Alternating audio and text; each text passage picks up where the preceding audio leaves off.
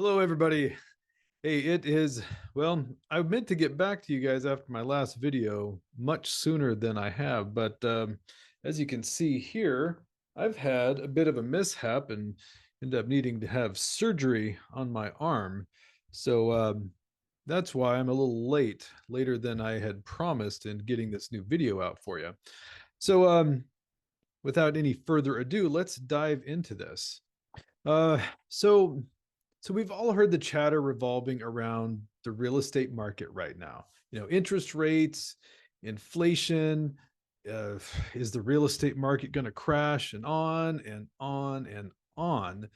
Just all this doom and gloom. But today I want to talk to you about perspective and this awful all or nothing thinking that is capturing the minds of so many people.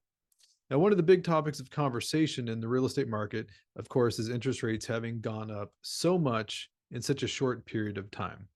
And yes, unfortunately, it has knocked some of the buyers out of the market. However, buyers are still out there, but they just simply aren't willing, or more importantly, aren't able to afford the inflated prices that we've experienced over the last couple of years. So the point that I'm trying to make here is the interest rate increase has affected affordability. And honestly, not enough people are they're, they're just not talking about affordability like they should. Instead, the media is only focusing on inflation and interest rates and the doom and gloom because, well, we all know it gets more interest and it gets more clicks than the humdrum reality of everyday life. So again, going back to this whole perspective theme, the past 2 years was an anomaly. Now, I hate to use this term, but it was a bit of a bubble. Now, don't get me wrong. I'm not saying it was a bubble like we experienced in '06, '07, nor do I think it's going to have the fallout that we had back then. But interest rates are indeed affecting affordability for buyers. And as such, pricing pressure will soften and prices will actually come down a bit.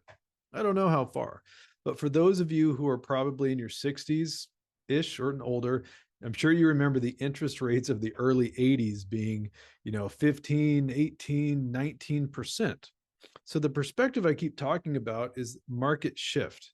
Like the market is always in a state of shifting. It moves from a buyer's market into a neutral market into a seller's market.